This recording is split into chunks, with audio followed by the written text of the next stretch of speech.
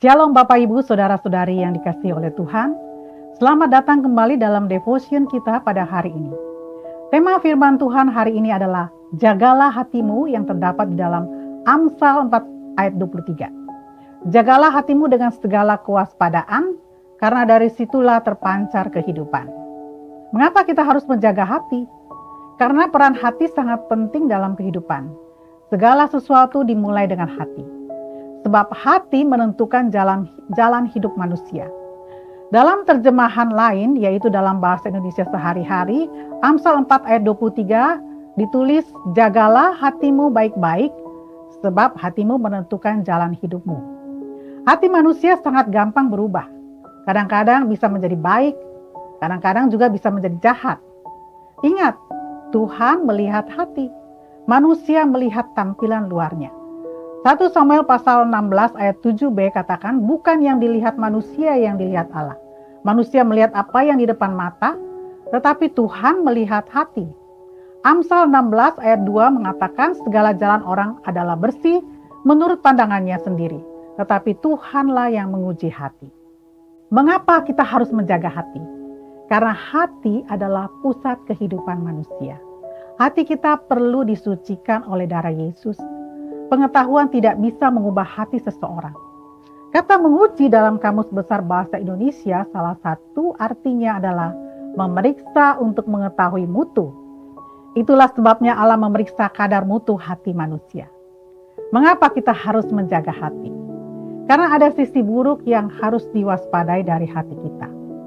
Markus 7 ayat 20-23 berkata, katanya lagi, apa yang keluar dari seseorang itulah yang menajiskannya.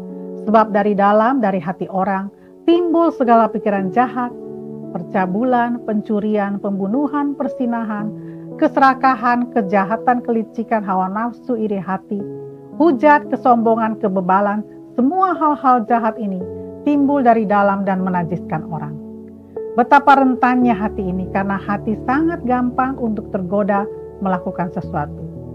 Jadi kita perlu berjuang untuk bisa menjaga hati kita dengan baik.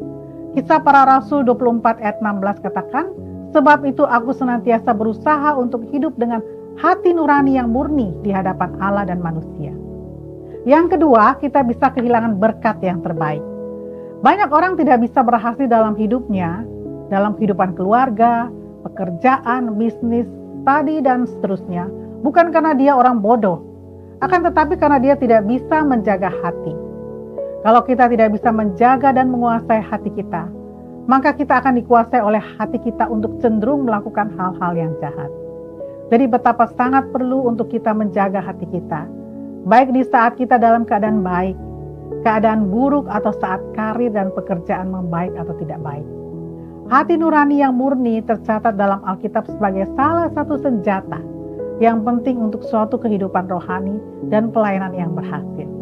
Hati nurani yang murni adalah hasil dari proses kehidupan yang dipimpin oleh Roh Allah, yang menghasilkan buah roh. Galatia 5 ayat 22 dan 23 katakan, tetapi buah roh ialah kasih, sukacita, damai sejahtera, kesabaran, kemurahan, kebaikan, kesetiaan, kelemah lembutan, penguasaan diri. Tidak ada hukum yang menentang hal-hal itu. Apabila kemurnian hati nurani tercemar, maka iman, kehidupan, doa, hubungan dengan Allah, serta kehidupan yang penuh kebajikan menjadi rusak sekali. Jikalau ada orang menolak hati nurani yang murni itu, maka karamlah imannya. 1 Timotius 1 ayat 19 berkata, beberapa orang telah menolak hati nuraninya yang murni itu, dan karena itu kandaslah iman mereka. Seperti halnya semua yang baik keluar dari dalam hati manusia, demikian pula hal-hal yang jahat juga keluar dari dalam hati manusia. Untuk itu, jagalah hatimu. Tuhan Yesus memberkati.